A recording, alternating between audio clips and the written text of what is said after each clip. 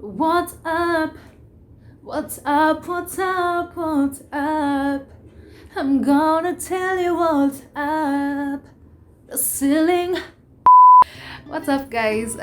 Thank you so much for being here. I am excited to be recording this video. It's a topic that has been coming up lately for me because I've had so many conversations with people and I am learning about it as we move forward. With every conversation, I am learning something new about it. And the topic is communication. The background for this is last time when we had our sit down, we were talking about the basics of adulting. And one of them was communication, And so I just thought and decided we can dive a little deeper with this topic because it's something that happens on a daily and we can't avoid it, at work, at school, at home, all these places we need communication. And so why not talk about it in depth? Yes, yeah. We said communication is like a game. Yes, you're passing in a game you're passing a ball from one person to the other, but in communication it's ideas. You're passing ideas from one person to the other, meaning there should be two sides, where the message is coming from and then where it's going. And with that said, I want us to talk about the components of communication. One of the components of communication is the source.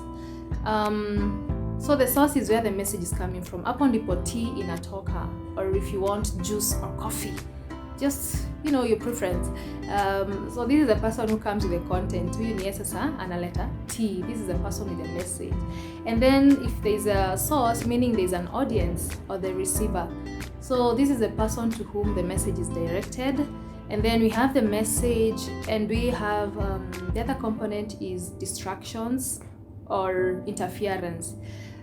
Simply these are things that come up and steal your attention from the source, and maybe the message gets lost in the process. So we have the last thing is the environment, basically. So the environment, I would say, is the place where the communication is happening. So are you in a place where you're surrounded by many people? Are you in a place where just the two of you talking? Are you in a place that is loud, so the message is getting lost here and there? All these things, like the environment of your communication. So those are the components: source, audience or the receiver, and then you have the message, the interference, and the environment. There are various forms of communication. We have the verbal, non-verbal, and I think this one is self-explanatory. The verbal, you're using words, and non-verbal, there are cues like maybe your body language, your how your facial expressions, eye contact, all those things. And the other form is informal or formal communication. So for the formal communication, this is a form of communication that is planned. Maybe you're talking to your supervisor, your boss, your colleagues. At least there's some sort of order, and you've thought about it before you start communicating. And then the other one is informal. For informal, it's just those random conversations you have with people, and there's no order there's no planning ahead. It's just in the heat of the moment, something you talk about in the heat of the moment. In these forms of communication, whether verbal, non-verbal, formal or informal, there are some guiding principles or things that need to be considered. And before we move to that, I will say that the role of communication at the end of the day is to understand what the person is saying, to understand the message from the source.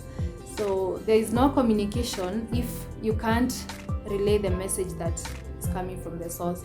Kama ujaget manze, no communication has taken place, And in connection to that, there's something we call active listening. So, okay, let me just jog our minds back a little bit. We've said communication involves two people. We have the source and the receiver.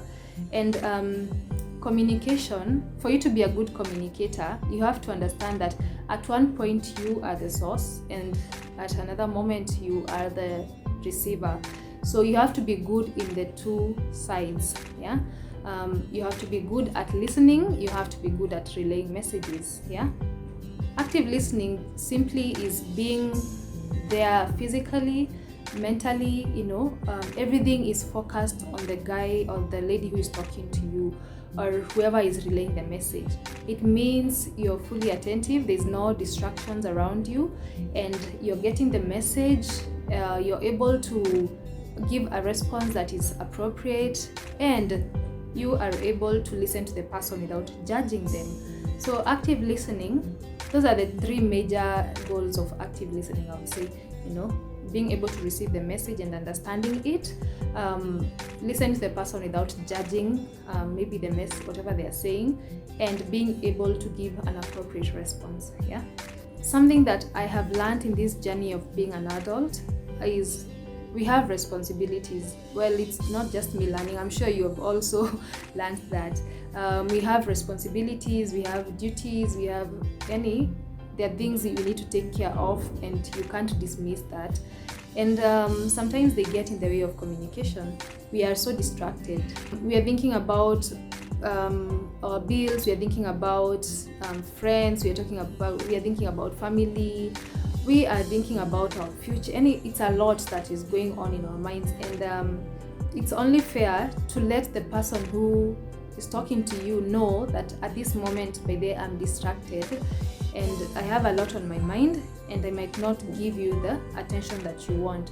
So let's not assume that it's okay to just not pay attention to someone, because I'm sure everyone wants attention. Yeah, everyone wants to be heard, and everyone wants you to respond in the way that is appropriate. So it's only fair to let the person know at this moment, by the I might not give you the attention that you want, and it's because of this and this. I have a lot I'm dealing with. I maybe need to make a phone call, and then I can get back to you. It's important to let the person know these things, because at least they won't have an expectation from you. They won't put a high expectation on you, like you giving them a particular feedback.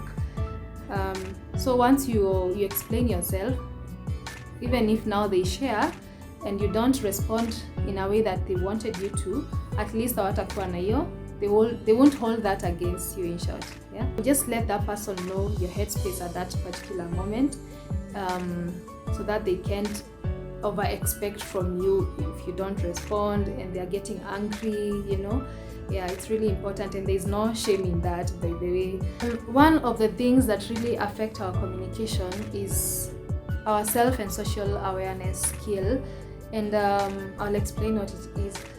And it's really simple, actually. Just the word is quite large, but it's just a simple meaning. Self and social awareness skill, it's you being aware of your emotions and the emotions of those around you. And in that awareness, now when you have that knowledge of where you are, where your emotions are, where the emotions of the other person are, you are able to act in a way and be aware of the impact your actions have on others. Am I making sense? So you're able to know, if I act this way, this is how the person will respond. If I give this comment, this person will respond in this way. Yeah, that's clear. So that's being self and social aware. You know yourself, you know the other person, and now you respond appropriately, so that you avoid conflict and other things that can come up out of that. Yeah, so being self and social aware is something that really affects our communication. And this is how it affects communication. There's something we call empathetic listening or empathetic understanding. So when you're empathetic, I'm sure it's not a new word to us, but for the sake of being on the same page, let's not assume. When you're empathetic, you're able to fit yourself in the shoes of someone else, and at least now understand where they're coming from how they are talking. So when you're empathetic, you're able to know whether this person is mad, or they're frustrated, or they're excited. So this is how I should meet them. When you're empathetic, you're able to meet someone with some sort of grace. You don't overreact. You don't you don't judge, you understand the person, you know where they're coming from, and that way there's communication. You're able to get the message, you know. One of the things that really gets in the way of empathetic listening or understanding is being judgmental. You know, once you have like a predetermined notion about someone, there's no way you will pay attention to what they're saying. Am I right? And I'm sure tumejipata in those spaces where you see a person coming to you and you've already made up your decision about how you respond, and so everything else they say after that, it's just makaratasi, you know. You're not paying attention literally because you already have an answer of how you will respond. Still, under self and social awareness, we have emotions, and emotions can really get in the way of how we understand other people and our response to them. So imagine someone who comes to you and they're mad, maybe because someone's shouted at them at the office, and now they're bringing this frustration to you. Being self and social aware, you can reason really fast and figure out this person is mad, and I understand where they're coming from. They're sad, you know, something has upset them, and I need to respond in a way that at least will lower down the emotions or just create a good atmosphere for communication to happen. Or you're able to understand why they're shouting, and you don't have to respond with the same energy. You know, I know people who always try to match up the energy from the person, and we don't have to all be like that. Yeah, there are people who, when you come to them and you're angry, they will respond with a tone that tells you, by the way, why are you shouting? Why are you shouting at me? You know, but in real sense, it's that person is angry. You don't have to respond to them in that same attitude. You need to understand that the emotions of this person at that particular time, and that way communication is going to take place. If you're all shouting and at the top of your voices, who is going to listen to the other person?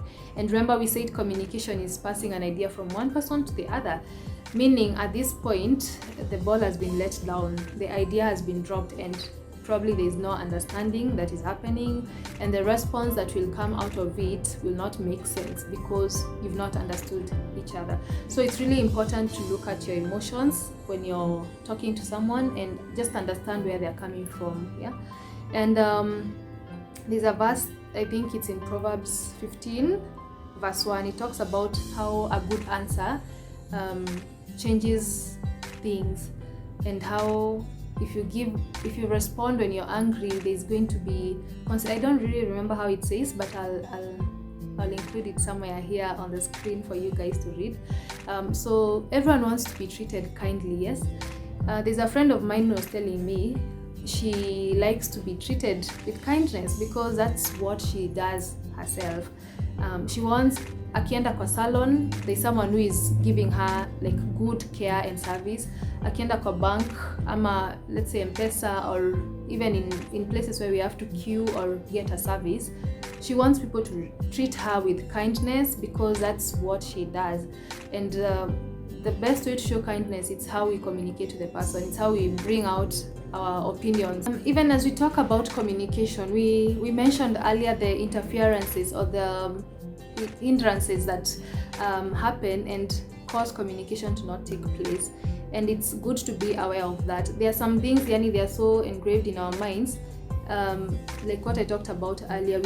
We have a predetermined notion about someone, and I want us to acknowledge the fact that there are some things that have made us even not communicate to people, not even to talk to some people, like cultural differences. Cultural differences. Yeah. I know of people who will not talk to someone because this person is a different tribe, and in Kenya we are so blessed to have different cultures, and for us to not talk to someone because of their culture, that is really mean and sad. We should be out here embracing the cultures and being able to understand where these people are coming from. Can you imagine the magic and the beauty that we miss out on because we are judging someone, or we have this notion about someone because of where they come from? Yeah. So basically that's what I have for us today. I want us to be better communicators, because communication is the basis of everything. Whether we are I can't even think of a place where we go without communication. There's something really important I almost forgot: the nonverbal cues. So there are no words involved here, but the message is still being passed. Some of the basic ones is we have eye contact, we have the facial expressions, the body language, the poses. I have an example of one that is really subtle, but those that are in the corporate world can maybe figure out this. So assume that we have a square or a rectangular table, and there are seats that are arranged, and at the far ends we have seats, and the manager comes and takes the seat at the end. Straight away that means she's passing a message: I am in charge, and she doesn't have to say it, but some of the things that they do will communicate to us that they mean this is what they mean. The other one is dressing. Did you know that dressing can pass a message? I'm sure you've heard of teenagers who are rebellious and they would wear skimpily, or just their dress code itself would pass a message that I can make my own decisions, I don't like how you're treating me.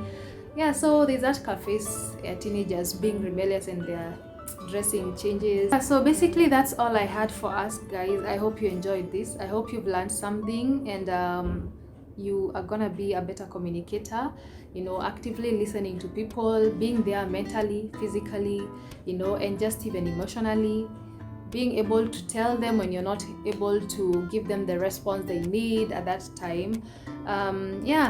And remember that communication is a two-way. For you to be a good communicator, you have to listen to people and you have to respond. And you also have to be in a place where you can pass a message concisely. And I guess I'm done. So be good communicators. Go out there and just communicate and be heard and hear others out. So that's all for today, you guys. Please subscribe if you haven't subscribed. Turn on the notification bell, and what else? And please like this video so that it can reach to many others who will find it useful. So thank you, and that is from me today. Bye.